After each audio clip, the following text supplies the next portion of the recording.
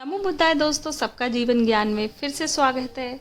आज हम बुद्ध की एक और नई कहानी के साथ फिर हाजिर हैं। तो कहानी का जो नाम है वो है चिंता में खुद को बर्बाद मत करो। तो दोस्तों, ये कहानी सुनकर आपको बहुत मज़ा आएगा, आपके बच्चों की भी बुद्धि बढ़ेगी। तो देर ना करते हुए चलते हैं इस कहानी की तरफ और आप इस कहानी से चिंता करने भी भूल जाएंगे। तो चलते हैं आगे कहानी की तरफ। ये बात उन दिनों की है जब बुद्ध मरवन में अपना समय व्यतीत कर रहे थे। इस समय तक बुद्धि की प्रसिद्धि दूर दूर तक फैल चुकी थी। बहुत दूर दूर से लोग अपनी चिंताओं और परेशानियों का समाधान खोजने के लिए बुद्ध के पास आते थे।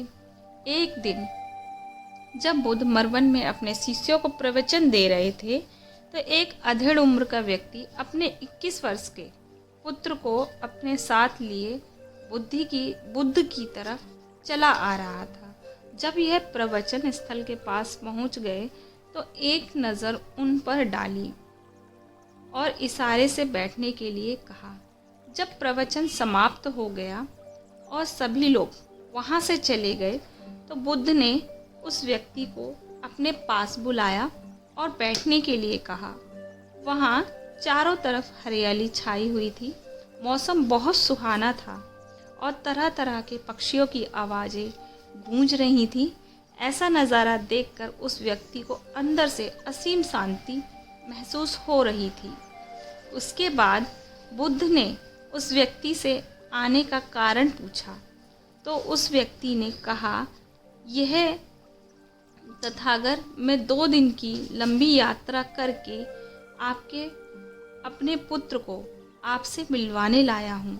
यह मेरा इकलौता पुत्र है और ये हर समय थका थका रहता है। ऐसा लगता है जैसे इसके अंदर कोई जान ही नहीं है, कोई प्राणी ही नहीं है।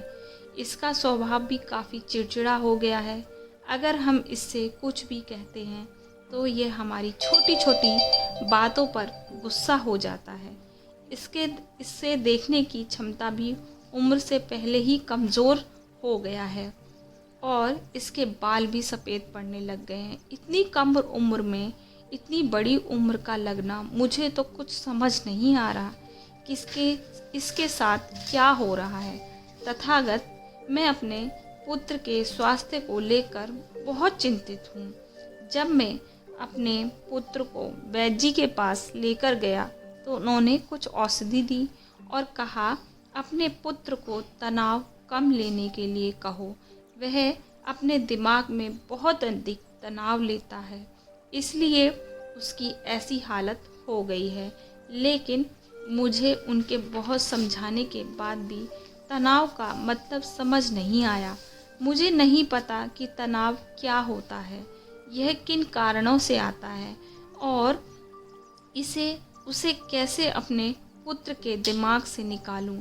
लेकिन मुझे सबसे पहले तो ये समझना होगा कि तनाव क्या होता है। इसलिए तथागत, मैं आपके पास आया हूँ। कृपया आप मेरी समस्या का समाधान कीजिए।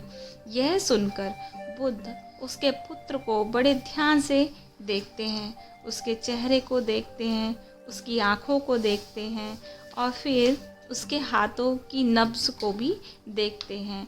यह सारी विधि करने के पश्चात बुद्ध उस व्यक्ति से कहते हैं, तनाव लेना तो कोई नहीं चाहता, लेकिन फिर भी यह तनाव लोगों के दिमाग को दीमक की तरह पकड़ लेता है और व्यक्ति जान भी नहीं पाता कि वह तनाव में जी रहा है।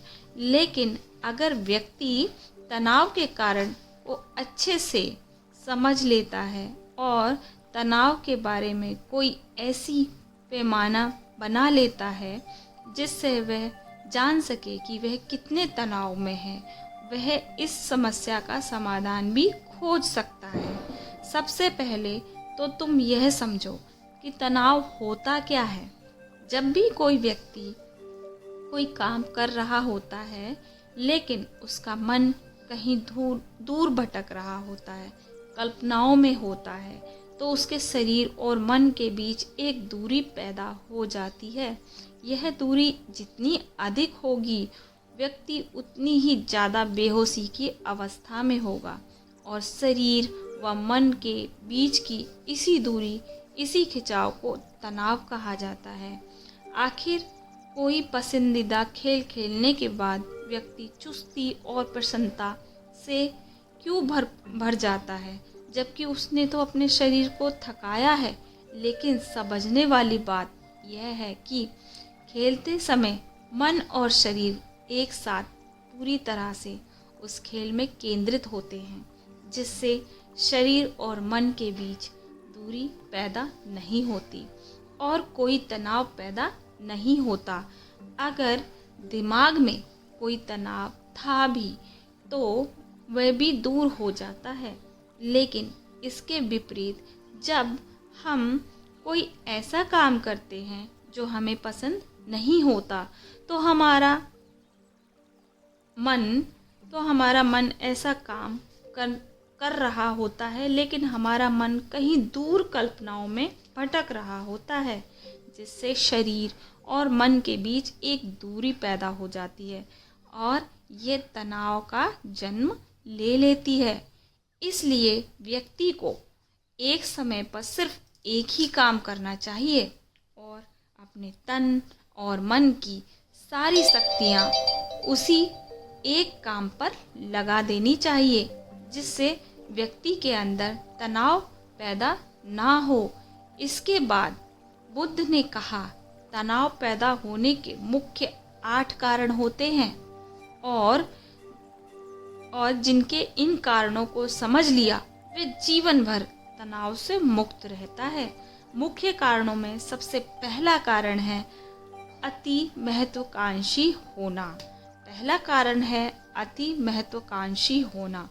महत्वाकांक्षी होना अच्छी बात है, लेकिन क्या कभी आपने इस पर ध्यान दिया है कि इंसान के लक्ष्य कभी पूरा नहीं होता। उसका एक लक्ष्य पूरा नहीं हुआ, नहीं कि वह दूसरे लक्ष्य के बारे में सोचने लगता है। दूसरा पूरा तो तीसरे की तरफ सोचने लगता है। इससे तीसरे के अपने लक्ष्य पाने के लिए जिंदगी भर गोल गोल घूमता रहता है। इसलिए जो व्यक्ति अति महत्वाकांक्षी होता है, जिसने बड़े बड़े लक्ष्य बनाए होते हैं, वह वर्तमान में कभी नहीं जी रहा होता। उसका मन सदैव भविष्य की योजनाएं बनाने में ही व्यस्त रहता है। उसका शरीर तो वर्तमान में रहता है, लेकिन वह भविष्य में ही रहता है, जिससे मन और शरीर के बीच दूरी पैदा हो जाती है और वह तनाव भरी जिंदगी जीने लगता है। बुद्ध के मुंह से यह बात सुनकर उस लड़के ने कहा, बुद्ध, तो फिर इसका मतलब है कि हमें लक्ष्य नहीं बनाना चाहिए, क्योंकि लक्ष्य बनाना तो महत्वाकांक्षा ही है। इस पर बुद्ध ने कहा, जीवन में लक्ष्य बनाना कोई गलत बात नहीं है, लेकिन समस्या तब उत्पन्न होती है जब तो हमारा पूरा ध्यान उस लक्ष्य से मिलने वाले परिणाम पर ही लगा देते हैं और उसके परिणाम की चिंता करते रहते हैं। व्यक्ति को वर्तमान में जीना आना चाहिए। आप लक्ष्य बनाइए और उस लक्ष्य की प्राप्ति के लिए कड़ी मेहनत भी करिए, लेकिन साथ ही साथ आपको इस बात का ध्यान और ज्ञान भी होना चाहिए कि आप वर्तमान में जी रहे हैं और वर्तमान ही सत्य है। बुद्ध ने आगे कहा, तनाव का दूसरा सबसे बड़ा कारण है ईर्ष्या। जब व्यक्ति ईर्ष्या और जलन से भर जाता है तो उसका मन अंदर से सड़ने लगता है। ईर्ष्या एक आंतरिक घाव है। आंतरिक घाव यानी मन का घाव। व्यक्ति के शरीर का घाव तो भर सकता है, लेकिन मन का घाव कभी नहीं भर सकता। इसलिए व्यक्ति को कभी दूसरे की खुशी से की तरक्की से कभी ईर्ष्या नहीं करनी चाहिए, क्योंकि तनाव का कारण है। इसके बाद बुद्ध ने तनाव का अगला कारण बताते हुए कहा, आरुषिपूर्ण काम करने से भी मन में तनाव पैदा होता है। जो काम करना हमें पसंद ही नहीं, जिसका हमें हमारी रुचि ही नहीं, उस काम में हमारा मन लग ही नहीं पाएगा। हमारा शरीर तो वहीं बैठा रहेगा, लेकिन हमारा मन कल्पनाओं की उड़ान भरेगा, जिससे शरीर और मन के बीच दूरी पैदा हो जाती है और व्यक्ति तनावग्रस्त हो जाता है। इसलिए इंसान को हमेशा अपनी रुचि के अनुसार ही कार्य करना चाहिए। अगर व्यक्ति ने यह पता लगा लिया कि उसे कौन सा काम करना पसंद है और वो उसी काम को अपने जीवन का लक्ष्य बना लेता है, तो फिर वह काम उसके लिए काम नहीं बल्कि खेल बन जाता है।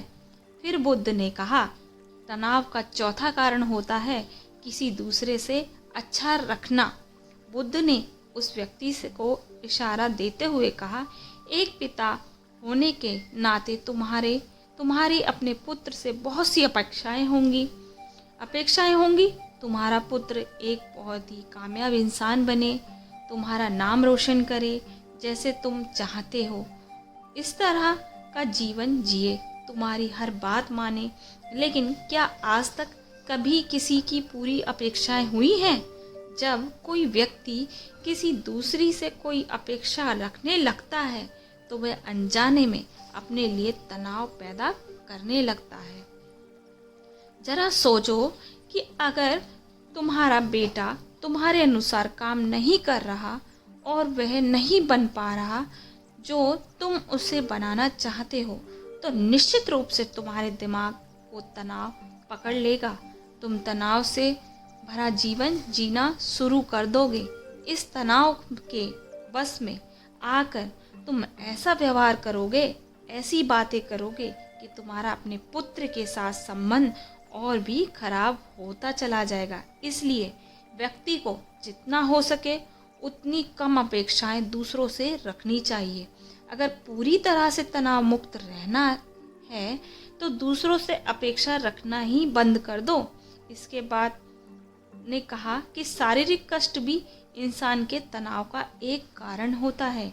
जब व्यक्ति किसी शारीरिक पीड़ा से गुजर रहा होता है तो उसका पूरा ध्यान बस अपने उस शारीरिक दर्द पर होता है और वह पूरे दिन उसी के बारे में सोचता रहता है, जिससे उसका मन बहुत दुख के विचारों से भर जाता है और ऐसी स्थिति में व्यक्ति तनावग्रस्त रहने लगता है। यह सुन उस व्यक्ति ने कहा कि हे बुद्ध, शारीरिक दुख तो किसी भी व्यक्ति को हो सकता है, तो फिर क्या हुआ? व्यक्ति जीवन भर तनाव में जिएगा?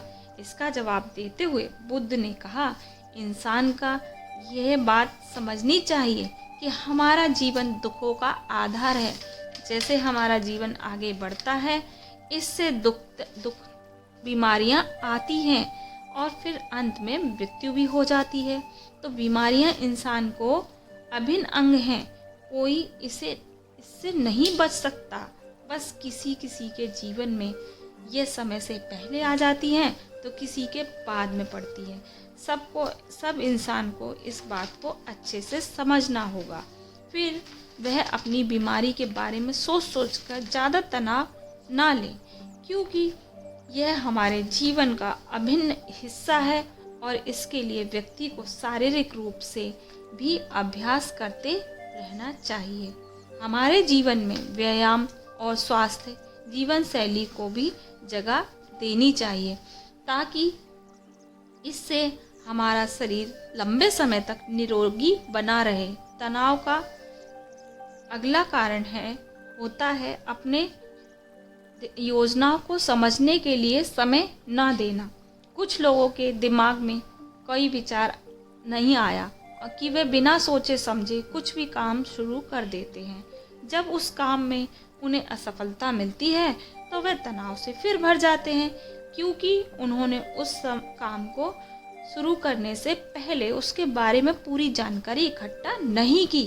इंसान का कोई भी काम शुरू करने से पहले उसे अच्छे और बुरे परिणामों के बारे में ठीक से सोच विचार कर लेना चाहिए। इंसान को इस बारे में भी सोच लेना चाहिए कि अगर ये योजना सफल नहीं हुई तो इसके बाद क्या करूँगा। इसलिए व्यक्ति को अपनी योजनाओं को ठीक से समझने के लिए पूरा समय देना चाहिए, ताकि बाद में इस योजना की वजह से तनाव पैदा ना हो। तनाव का सातवां बड़ा कारण होता है टाल मटोल करना, आज के काम को कल पर टालना। आप लोगों ने ये कहावत तो सुनी होगी कि आलसी इंसान के शरीर का सबसे बड़ा शत्रु है इंसान आलस्य की वजह से आज के काम को कल के लिए टाल देता है और फिर काम को टालना उसकी आदत बन जाती है। काम को कल पर टालने वाले व्यक्ति का काम कभी भी समय पर पूरी तरह नहीं हो पाता, और अगर किसी तरह पूरा हो भी जाता है तो वह इतना अच्छा नहीं हो पाता जितना अच्छा उसे किया जा सकता था, और फिर वह व्यक्ति अंदर से तनाव में पैदा हो जाता है। लेकिन काम को टालना या काम को एकदम अंत समय पर करना ये एक आदत है, इसलिए व्यक्ति ना चाहते हुए भी बार बार अपनी इस आदत का शिकार बन जाता है और काम को टालता रहता है। और फिर जब काम की समय बीत का सीमा पास आ जाती है तो वह तनाव से भर कर काम को पूरा करने का प्रयास करता है। इसलिए तनाव मुक्त रहने के लिए व्यक्ति को काम को टालने की आदत छोड़नी पड़ेगी, और यह तभी संभव होगा जब व्यक्ति काम को समय से पहले खत्म करने का निश्चय करे। सबसे आखिरी और सबसे प्रमुख कारण जो तनाव का होता है वो है ज़्यादा सोचना। लगातार सोचते रहने भी एक बीमारी है, और यह उस व्यक्ति में सबसे ज़्यादा पाई जाती है जो कपोल कल्पनाएं करता है, जो अतीत की घटनाओं और भविष्य के बारे में सोचता रहता है, जो बेवजह के अनुमान लगाता रहता है। इसलिए व्यक्ति को ज़्यादा सोचने की आदत पर लगाम लगानी चाहिए। इसके लिए जितना हो सके खुद को काम में व्यस्त रखना चाहिए और हर दिन ध्यान और अभ्यास करने में अपना जीवन का हिस्सा बना लेना चाहिए। बुद्ध के मुंह से यह सारी बातें सुनकर उस व्यक्ति ने हाथ जोड़कर कहा, बुद्ध, मेरा पुत्र तो अभी 21 वर्ष का ही है और इसमें अभी इतनी समझ भी नहीं कि यह आपकी बताई सारी बातों का एक साथ पालन कर सके। आप कृपया करके तनाव मुक्त रहने का कोई आसान सा तरीका बता दीजिए जिससे मेरा बेटा इसका अनुसरण भी कर सके और तनाव मुक्त भी रह सके। उस व्यक्ति की यह प्रार्थना सुन बुद्ध ने कुछ सोचते हुए जवाब दिया, अगर तुम इतनी सारी बातों का पालन नहीं कर सकते तो इसके लिए एक बहुत ही आसान विधि है। तुम एक बार में एक काम को करने पर ध्यान लगाओ, फिर काम कर रहे हो उस समय सिर्फ उसी काम को सोचो, फिर उस पर ही अपना पूरा ध्यान लगाओ। और अगर तुम्हारा इधर मधर मन भटकता रहेगा तो जैसे ही तुम्हें याद आए, अरे उसे वापस फिर से उसी काम में लगा दो। यह सबसे आसान और अच्छा तरीका है तनाव मुक्त रहने का। जब तुम भोजन कर रहे हो तो सिर्फ भोजन ही करो, उसके पूरा स्वाद और आनंद लो, उसका अनुभव करो। जब चलो तो पूरा ध्यान सिर्फ चलने में लगाओ। इससे तुम्हारा मन और तुम्हारा शरीर दोनों एक जगह पर केंद्रित रहेंगे, दोनों के बीच दूरी पैदा नहीं होगी जो कि तनाव का मुख्य कारण होता है। दोस्तों, आज की यह युवा पीढ़ी एक ही समय पर 2-2, 3-3, 4-4 काम ये आदि हो चुके हैं, जैसे फ़ोन पर करते समय फ़ोन चलाते समय गाड़ी पर बात करना, खाना खाते समय टीवी देखना, फ़ोन चलाना और इत्यादि। तो ये सारी शिकायतें आजकल हमारी युवा जनरेशन में हो चुकी है। तो मेरा मन अशांत रहता है, मैं चिड़चिड़ा सा हो गया हूँ। जब कोई व्यक्ति ऐसा ही समय पर 3-4 काम करेगा तो ऐसा उसके साथ अक्सर होगा। तो दोस्तों, इस कहानी से आपको काफ़ी शिक्षा मिली होगी और मेरी भी यही कोशिश है कि आप अपना एक लक्ष्य प्राप्त करें और उसमें जी जान लगा दें तो सफलता ज़रूर मिलेगी और चिंता और निराशा नहीं मिलेगी। तो दोस्तों, आशा करती हूँ कि आपको ये गौतम बुद्ध की कहानी ज़रूर पसंद आई होगी। इसलिए संभव हो सके कि अपने एक काम में ही जी जान लगाइए और तन मन से कीजिए, पूरे ध्यान से कीजिए। जिससे क्या होगा कि आपको चिंता भी नहीं होगी और आप चिंताग्रस्त रहेंगे और तनाव मुक्त रहेंगे। क्योंकि आजकल जो युवा पीढ़ी है इतनी भागदौड़ में लग चुकी है कि मतलब वो ये भूल चुके हैं कि हमें हमारा भी शरीर है और हमें अपने शरीर का, तन मन ध्यान और फैमिली का सबका ध्यान रखना है, तनावग्रस्त नहीं होना है। तो दोस्तों, इसी के साथ मैं आगे विराम लेना चाहूँगी और यह कहना चाहूँगी कि मेरी गौतम बुद्ध से रिलेटेड मोटिवेशनल और भी स्टोरी है, और हो सके ये कहानी ज़रूर अपने बच्चों को सुनाएं, अपने बड़ों को सुनाएं, और ऐसे आपके पास और भी कोई आपके फ्रेंड या सर्कल फैमिली में कोई भी ऐसा मेंबर हो तो उसको ये कहानी ज़रूर शेयर करना, जिससे कि वो तनावग्रस्त रहें। आजकल डिप्रेशन सबसे बड़ा कारण बन चुका है हमारी युवा जनरेशन का, तो जिससे कि ये युवा जनरेशन अगर ये सुने कहानी तो हो सके उन्हें ये रास्ता आराम से इस कहानी को सुनकर ये रास्ता मिले। तो नमो बुद्धाय दोस्तों, बुद्धम शरणम गच्छामि, धम्मम शरणम गच्छामि।